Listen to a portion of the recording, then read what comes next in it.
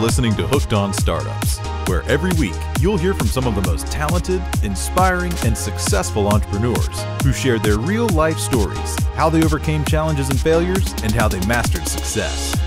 Get ready for some of the best business tips, tricks and tactics, and some frank, unscripted discussions. Here's your host, Matthew Sullivan. Today, I'm incredibly excited to have Mike Paul Hughes with me on Hooked on Startups. And Mike, welcome. Thank you. So Mike I'm going to read a little bit here actually, because your background is, it's astonishing. So you are a NASA engineer at the Jet Propulsion Laboratory. You spent the last 20 years working in really complex areas of guidance, navigation, control systems for spacecraft and entry system. I mean, you're a rocket scientist, but you're no ordinary rocket scientist because you received NASA's, is it the Exceptional Achievement Medal? Because you were heavily involved with the control systems for the Deep Impact mission back in 2005. So you were with the Jet Propulsion Lab, and recently you moved off the Mars program to work on the Starshade project, which this sounds like it's something out of science fiction. It really does. It does. And Starshade is about finding planets outside of our solar system that look like Earth. I know that you found more than two, but and if that isn't enough, you play 19 instruments. You're a music producer. You've been on. You're the host of the Hollywood in Space pilot, and So what do you do in the afternoons? Well, surprisingly normal, I guess, when I get home. That's right. It's a little bit of a. As you can see, I mean, everyone's home, as you can see, looks exactly the same as this here. Yeah, it's not just me, it's my sons too. I have two sons. My 17-year-old son, Ben, is a bass player, and my 12-year-old son, Ian, is a drummer. And they take right after me. They love science, they love music, they play together, they're into hardcore punk, and it makes the studio rock.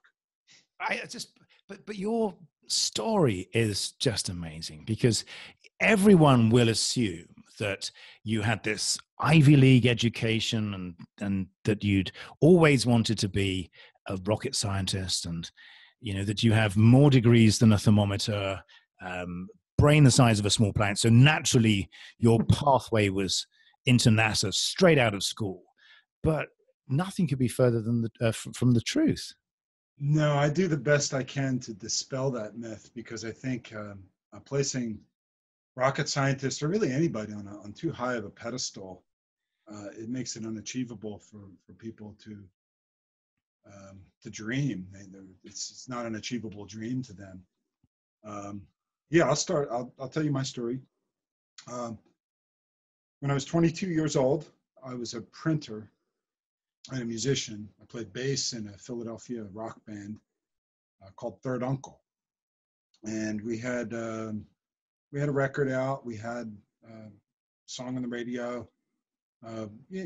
Gigs, girls following, PA system, rehearsal space. Living the life.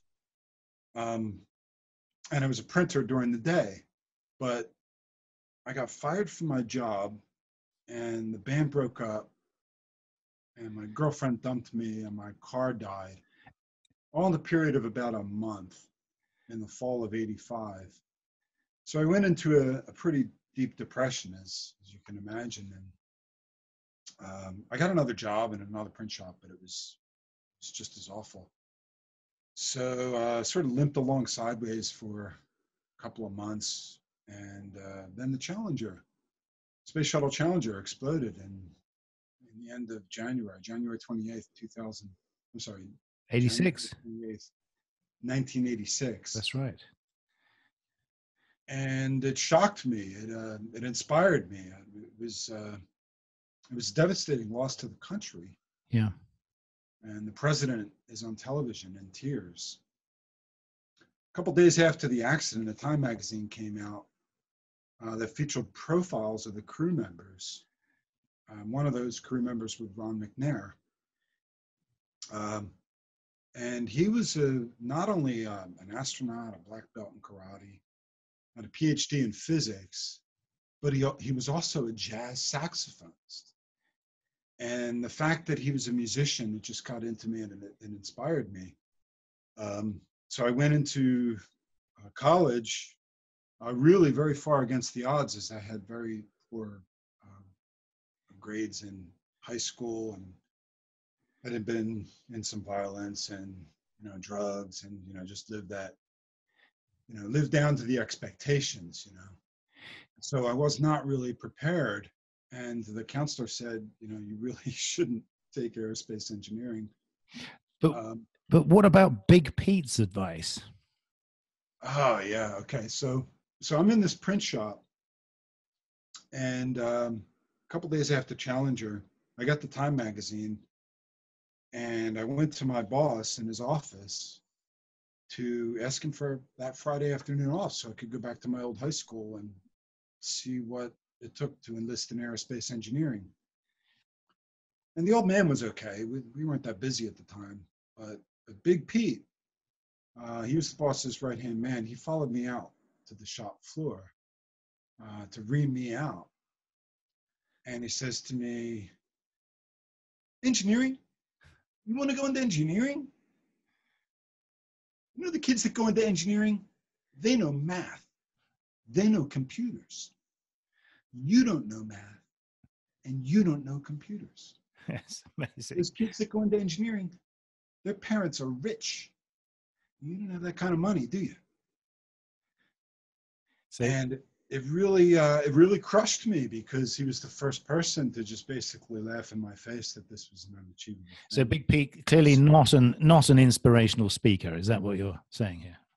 No, he was the shop bully. He was the boss. The boss liked him, and he was a gigantic guy, and he intimidated the other employees. And there was maybe 6 guys in the shop all day, and Pete got his way, and he got his word in.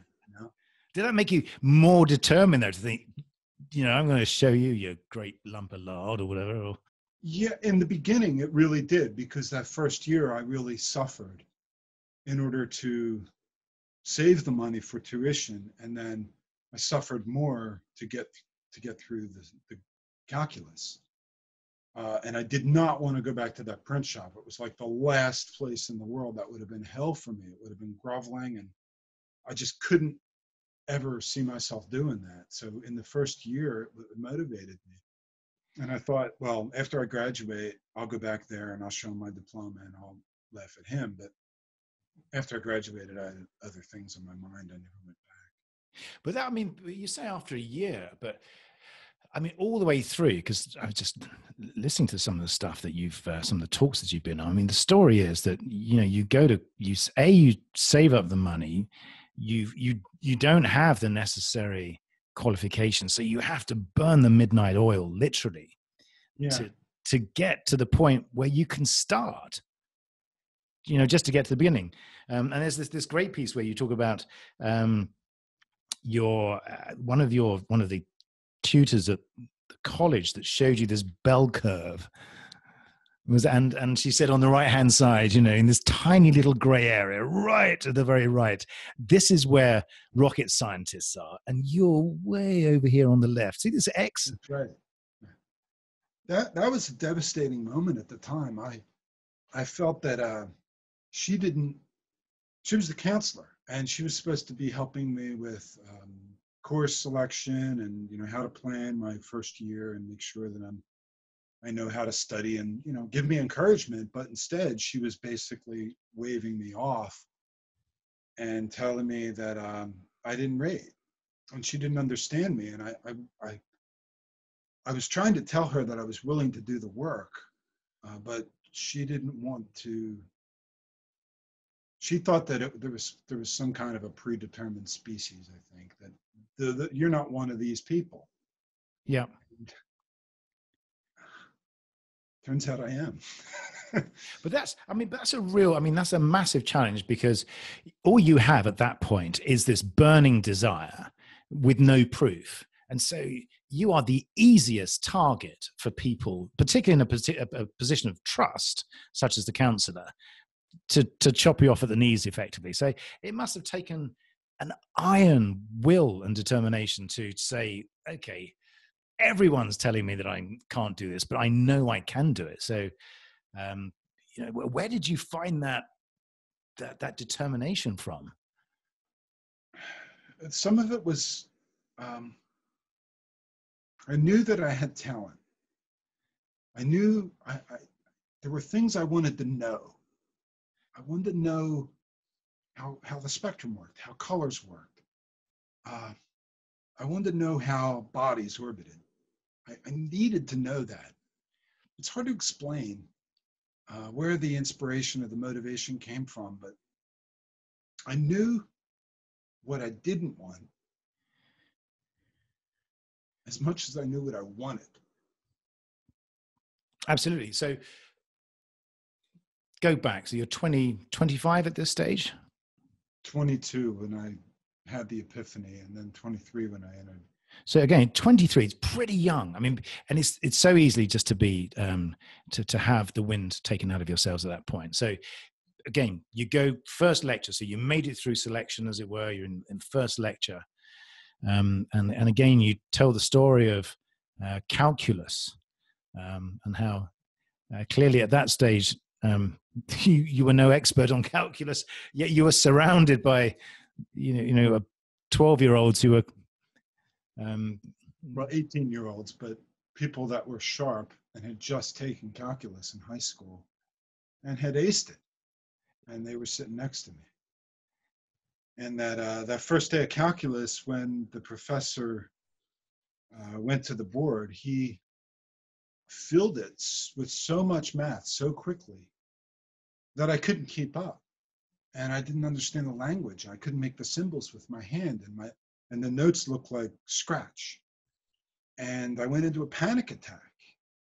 And at the end of the class, as it ends as fast as it begins, he asks if there's anybody who wants to talk with him for a couple of minutes.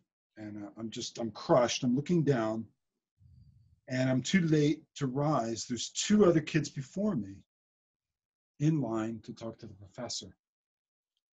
And the first says, "Professor, I had all this in high school and I aced it. Can't I just get out of this and take the final exam?" And the professor writes him a note and says, "Yeah, here's how you do that." Sends him off. And then the next kid says the exact same thing. And now it's my turn. And I'm a jellyfish. I'm looking up at this professor of mathematics, and I'm a bass player. And I said, "Professor, I don't know what you just said. I haven't been in a classroom in 5 years. Amazing. Yeah. I'm here to learn. I will do whatever it takes, whatever you say, to be an aerospace engineer." And he jots me a note, and it's his office hours. And I show up the next day outside his locked door with all my papers sprawled into the floor, into the hallway, half an hour before he comes. And he unlocks the door. And then we began. Yeah. It was some of the hardest nights and times I had ever put in, is relearning algebra, learning trigonometry, and calculus all at the same time.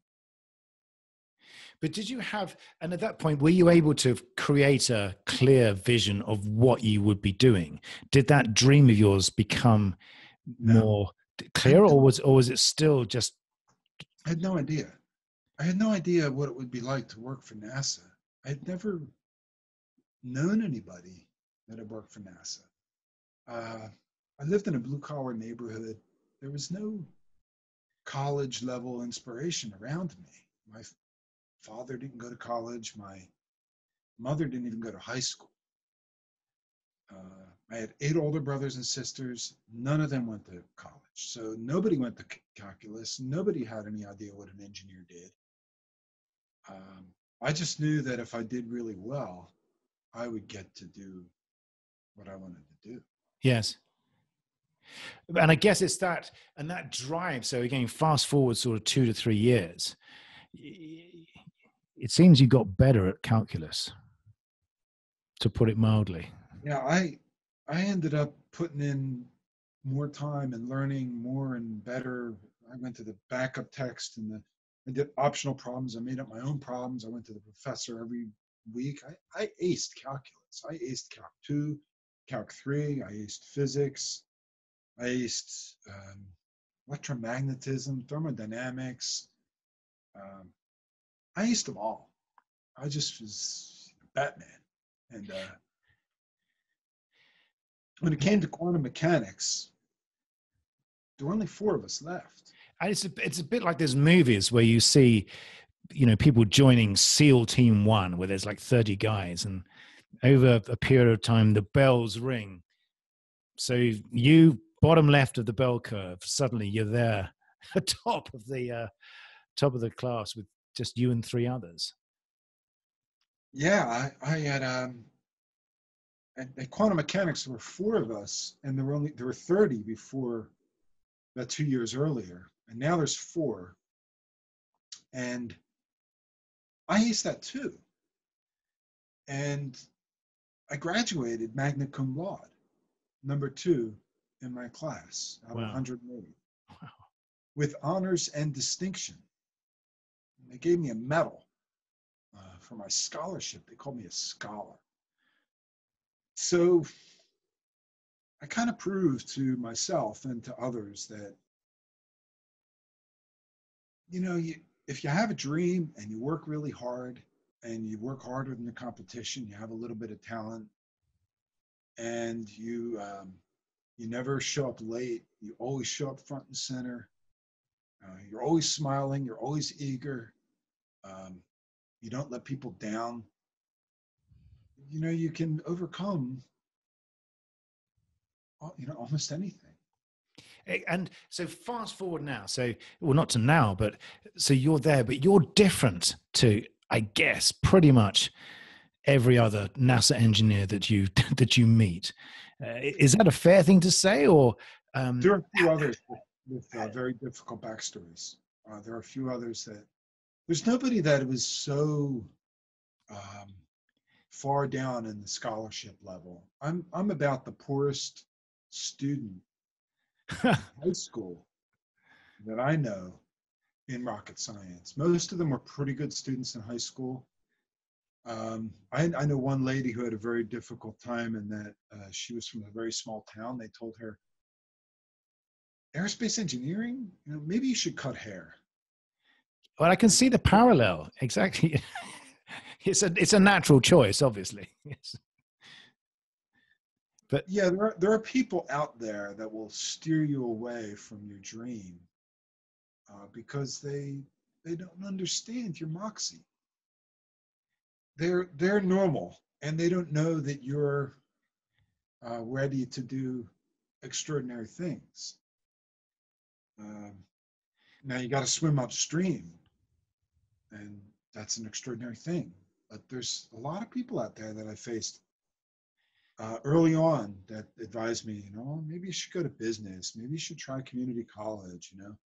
What about the electricians union? That might be a safe thing for you. I suppose there is a parallel between electricals, electrics and guidance system for Orion. There is a slight crossover on the Venn diagram there, I suppose. Well, that guy was probably the closest. Because I was the bass player in the band and I had the PA. Can you tell? I'm the guy with the PA. And that means I had to troubleshoot all the ground problems. And that means I had to, understand like how the equipment worked and, where noise came from. And if you cross the wires, you have problems. And so 10 years later, after college, I was on the spacecraft floor in Valley Forge, Pennsylvania, troubleshooting an anomaly. It was just like a PA rack. It was a bit of noise that was getting in through the system, and I had to, go and move the cables. And now I was wearing a white suit with Well, that's so now this is what I want to know about. So there's it's a fantastic story of getting there, but this is just the beginning.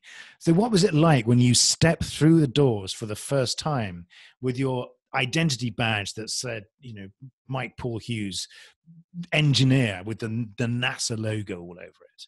I mean, do you remember that moment? Yeah, well, my first job was with, I co-opted with the Naval Air Test Center. So I got a taste of it as an undergrad, and it helped pay for my last 2 years.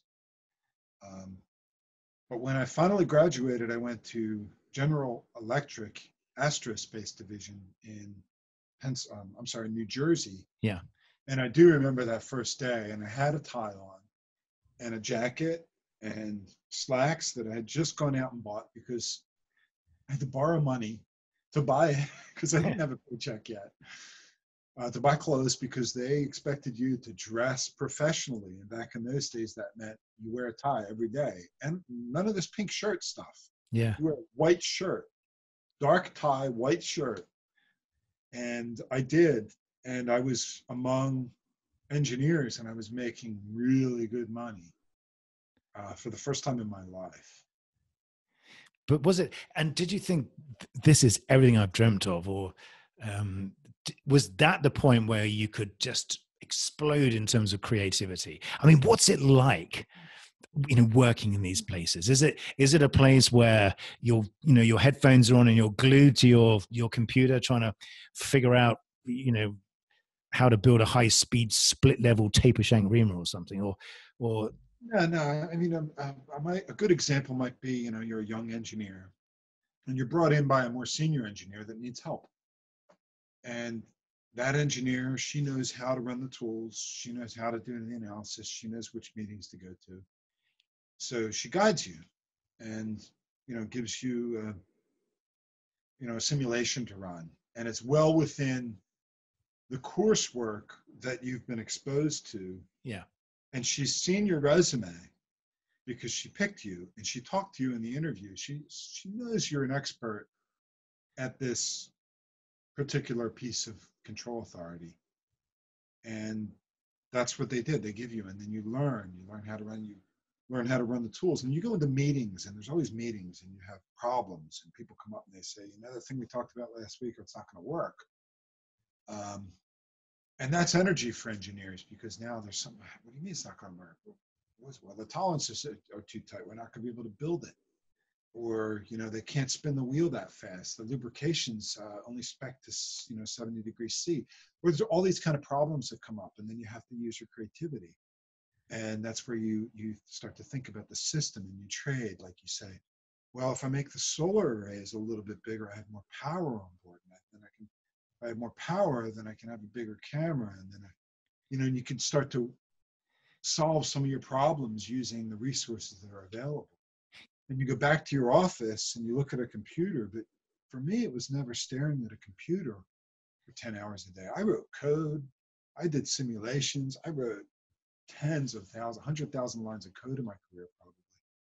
But for me, it was never looking at the code. For me, it was looking into another window, another universe, another plane of reality where I was a god inside that reality, because it was math. Whatever I could think in my head, I could try it out and test it in the computer and see how it worked. And I could bring it back to my leaders and show, well, here's a trajectory I planned. Here's a maneuver I did. It used less fuel, it's less time, more efficient. And then it enables us to get back to this other target in time. I'm solving problems. And then before you know it, you're a senior engineer. But if you go back to the sort of the early 90s, which is, I guess, when you were doing this, I mean, computers then were nowhere near as powerful as clearly they are today. So how much more of that was sort of intuition and actually thinking in physical terms what these problems are? Well, maybe because I had to fire hose myself in the early year, after 1 year, I had a really strong foundation in math and physics. Really 2 years. The first 2 years, you get all your physics and all your calculuses done. And I really overdid it. so that when in the later years, even in my work world, I was not shy of anything having to do with math or physics, and I was very adept and Yeah. able to maneuver in the conversations with the more senior engineers that,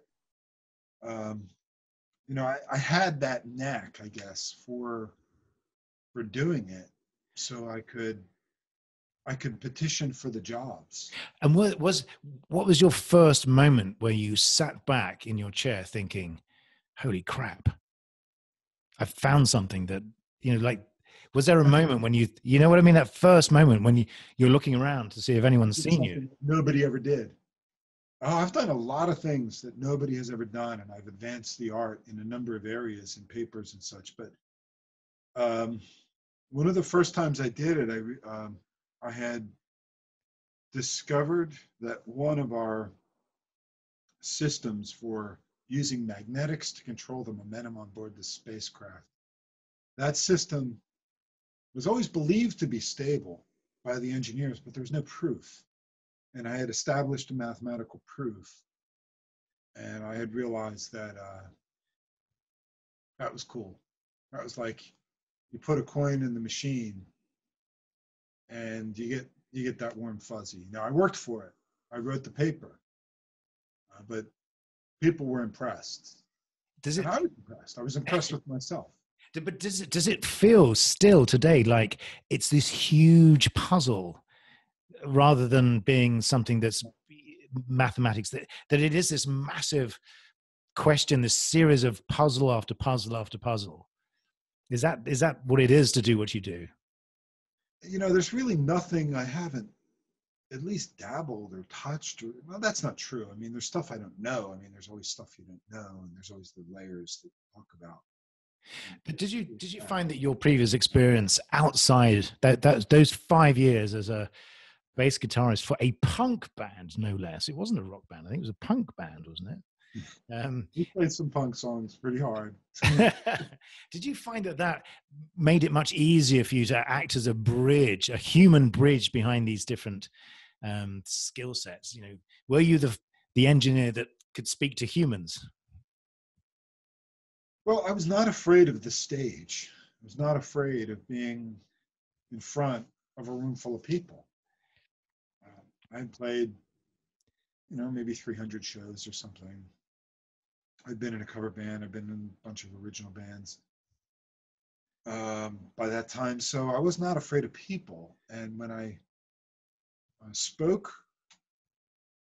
I was not uncomfortable with it. Yeah. But it must, again, I can just feel it. It must have been so satisfying just to be able to grab the attention of people, to be able to act as the conduit for ideas around these different departments that probably move the whole project forward faster. Is that? Yeah, that's a lot of what I do these days is, bringing teams together and, solving problems that are, sort of slip in between the cracks in the institution. The institution has organizations, and sometimes they don't always talk to each other. Yeah, having been a musician, it gave me a couple of edges. It gave me the feeling like you can improv through almost anything. Like I've had these gigs where you didn't know where you were going to be, what time, problems, equipment failures, singer not showing up, and you had to just work through it, right?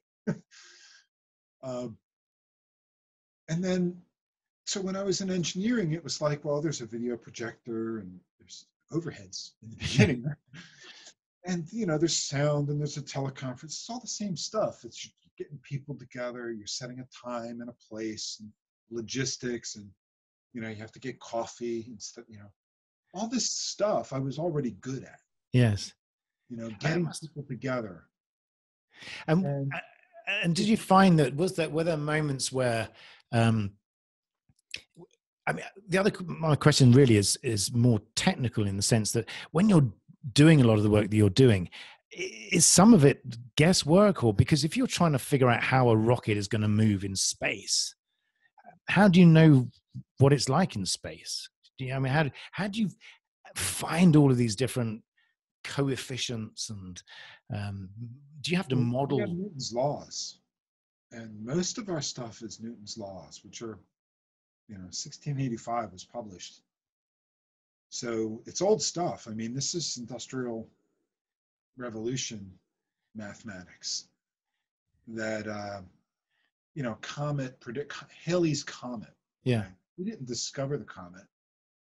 He predicted its orbit using Newton's laws very accurately. Some many years after he had died, it came back. And he had predicted when it would come back to the month and year.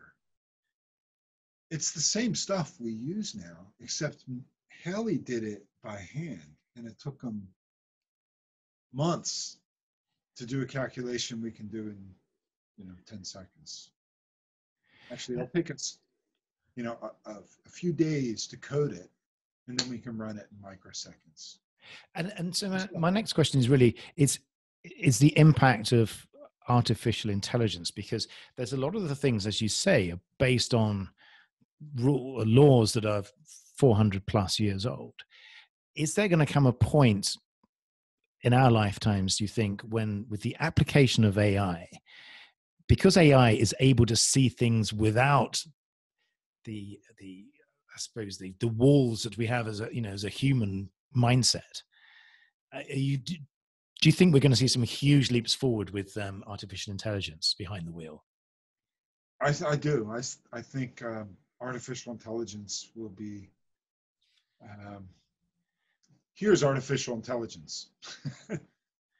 A car is speeding towards an intersection, and there's two people in the intersection, an old man and a young child. The car has to decide who to hit. That's artificial intelligence. That's coming. And I think really that is because what you're doing now. So you're now working with the Starshade project, which is something that you've moved on literally in the last sort of couple of weeks or so. So that must be so exciting to have that together with the ability to see things that in the last few years we were completely unable to see with all the various telescopes.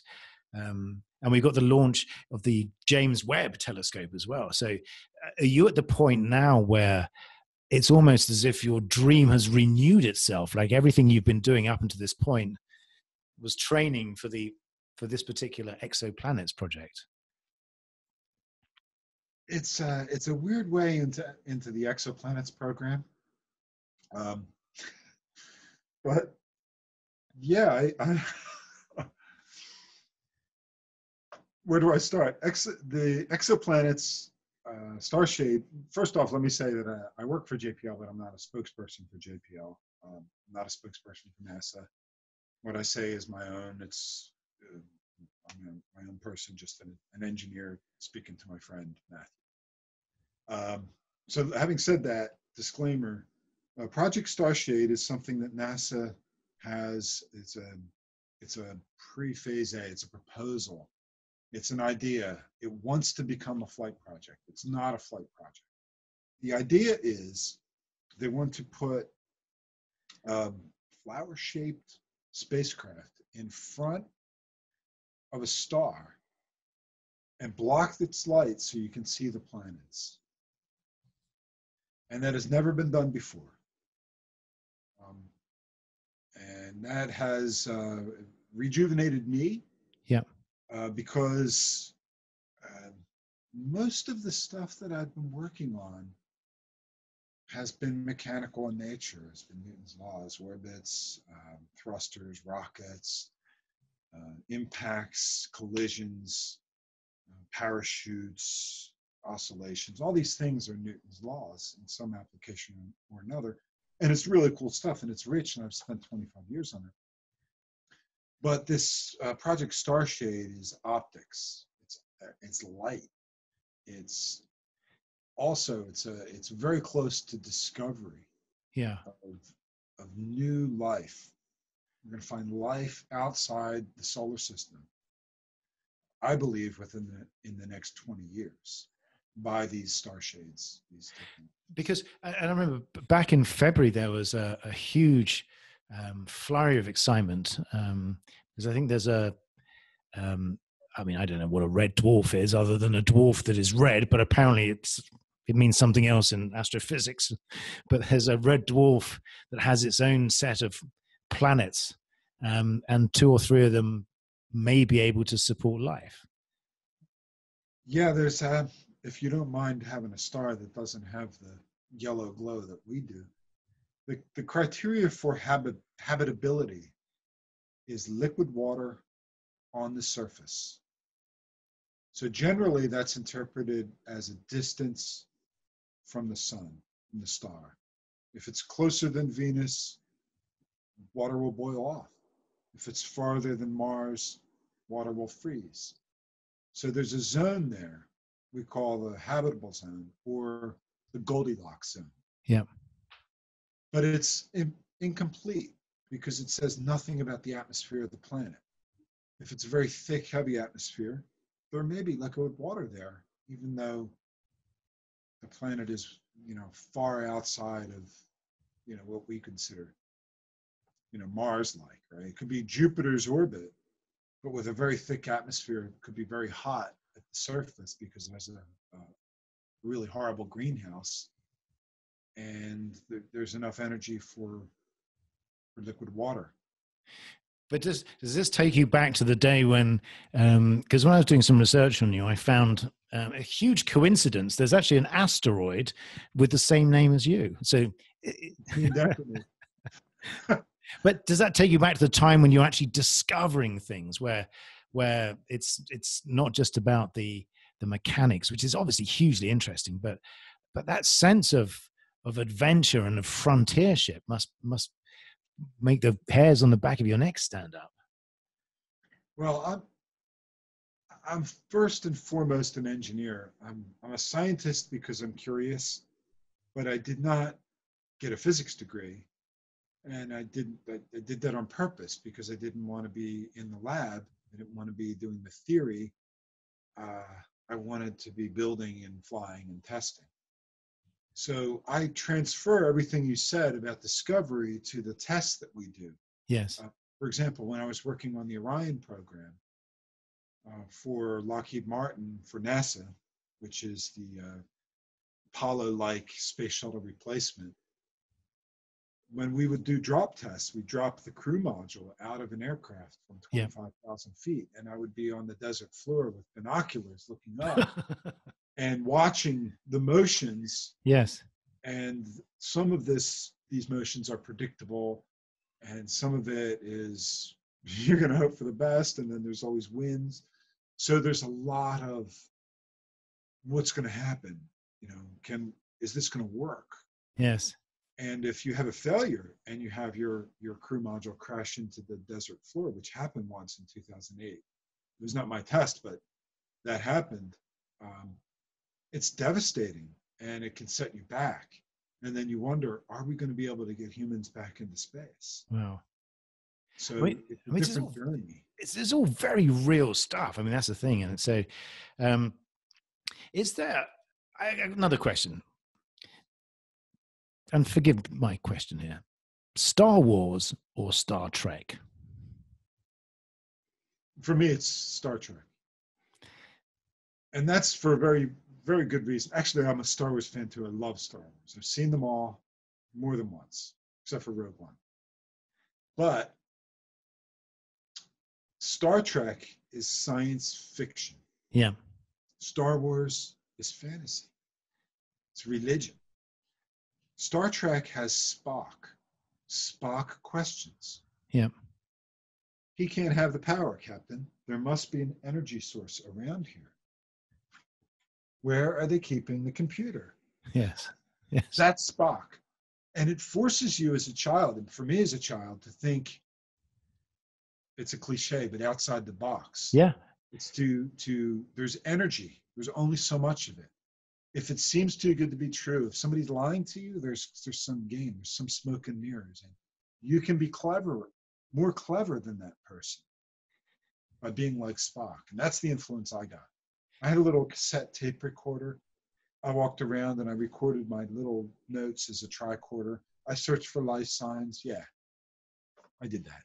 But I think there may be a little bit of Captain James T. Kirk in there as well. Exactly. Oh, I see. Yes. Yeah, absolutely. But, Kirk. I mean, the reason I say that is because, again, going back to the exoplanets thing, is there a bit of tension where you've got scientists saying, look, we just want to go through and find these. And there's another side of the team saying, well, no, let's focus, let's find life, so do you get that? It's a wonder to witness the scientists at work when they're having their debates and they're trying to sway the conversation and convince each other. Yes. What should we do? It's fascinating. They have all the behaviors of mammals. They can be very polite and gentle and kind and respectful, but they can also behave like baboons and insult each other. This is all in the name of science, though, so it's acceptable. Sometimes, going back into history, there's scientists get into fights with each other over who gave who credit. Yeah. Going back into history. So it happens today. And even in the exoplanet domain, there are people that publish and have not, given credit to the other side. And there's these different universities and different collaborations. And it's a shame, I think, because they're all working on the same good mission. Yes. But again, it's probably what happens is over time you just become inured to the surroundings. So these huge, great objects covered in gold foil sort of lose their attraction. So I guess if you move from one project to another, that's what I mean about getting this spark of enthusiasm. Some of it I thought I left back in the print shop, right? Because here I am at the peak of humanity, actually searching for other life around other stars, finding planets, working with the greatest minds, MIT, Princeton, Colorado, and Caltech. And people still behave like baboons. There's still emotion that drives their anger, and they're still angered over resources. They compete for the control of resources. NASA centers compete for control. Now, some of it is necessary and good because it drives competition. But there should be something in the highest human intellect, in the intellectuals, the highest human intellectuals, that clicks and say, you know what? I can't get my thing across if I'm going to not include the entire community, or I need to behave with civility with everybody at all phases of their career. But these kind of ethics are still being introduced into these industries. Is it a bit like the medical profession? Because certainly speaking from my experience as being an outsider, but with some insight into the UK medical profession, UK hospitals are Victorian in many cases. In other words, when you go into a hospital, you normally have to adjust your watch by turning them back 50 years. Is it the same sort of hierarchies and do you almost feel it's this tension between the great work that we're doing, but these stupid politics I've got to deal with? Well, yeah, politics, bureaucracy. It's necessary for us humans to work in organizations. I guess it is. I guess it's just one of those. It's one of those unavoidable things. It's probably the thing that makes it work. It's that. I spoke before about how I can go between these organizations and get them to, solve problems and come together. That is that's the good that comes out of having hierarchy and organizational boundaries and expert disciplines and groups and managers. The bad stuff is that there's personalities, and people are, we weren't given the education in EQ we were all about IQ in Yeah, engineering. I think that's common. So in other words, there's still an enormous amount of hope once we Well, get what's that. hopeful is that the people that get selected for leadership are generally the ones that naturally have developed some kind of EQ. They're socially, they're likable, they have friends, they care about people, in and out of the workplace. Those are the people that get promoted up. But you still have people that, were hired back in 1982, and now they're at the end of their career, and they never heard about EQ. That book was written in the 90s. But I guess all of this is going to be, there's going to be so many seismic changes because of, AI and other sort of technologies that I guess you say in 20 years time, the landscape in 10, 15 years time will be completely different, and probably so much more faster moving and exciting maybe than what's happening now, if that's possible. AI has the potential to do what the internet did or what electricity did. Wow. Electricity is probably the biggest transformative technology in humanity. I mean, even beyond the wheel. And the internet is very transformative. I think artificial intelligence, it's like when you're playing the keyboard and it's letting you play, but then if you mess up a note before that note is played, it corrects it for you. Yeah. Because it knows what you wanted to play, because it knows you. And if you're a jazz player, it knows how you think. But it's also it's being able to think without those boundaries, as we were saying before. So now must be, I mean, it's always a very exciting time. So it's all enabled by our vast resources of memory, yes, extremely cheap prices, and our vast computing resources, computer chips, 3.6 gigahertz, octa-core, that kind of stuff that I got in this rocket ship, has enabled us to be able to put part of our thinking outside our bodies. Wow. But we've been doing that for maybe 50,000 years. We've been taking part of our ideas and putting them outside our bodies, storing, stones and abacus and paper, and then, memory chips, right? Magnetic tape, vinyl. So it's part of the progression. I think AI is going to be a good thing. It's going to make our lives easier. Wow, I can just well, it must be, such an exciting time. But I'm going to move on to my questionnaire now. So I have 10 questions in my questionnaire, which has nothing to do with rocket science, and I'd have to thank James Lipton from Inside the Actors Studio for these. So I'm borrowing them from him.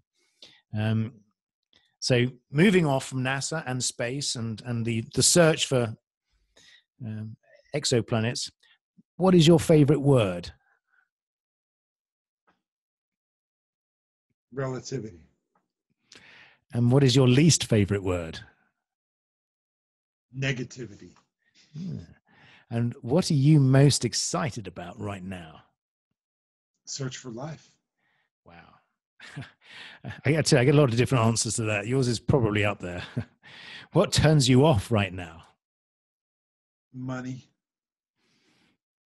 What sound or noise do you love? The lute. The Kurdish lute. Wow. And what sound or noise do you hate? Crying. Human crying. And what is your favorite curse word? I don't curse. I avoid it, except on very rare occasions. I think just staring at someone probably does the trick, actually. I think cursing is lack of proper adjectives. You use the F word too much. You probably didn't learn all your adjectives. Although it has to be said that the F word is one of the most flexible words on the planet. So it's you can use it for everything. So what profession other than your own would you like to attempt? Well, I like music producing, but I think film directing might be one.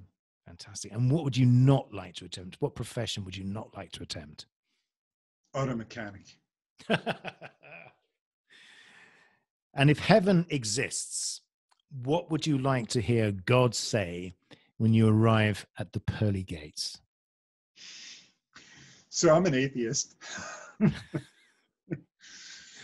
But I'll answer that question as if God exists and and my life was ended. I think it would be, you finally made it. I was thinking you were going to say something like, God said, if you'd have just gone 3 degrees right, you would have found it. and that's what you get for being an atheist. That's right.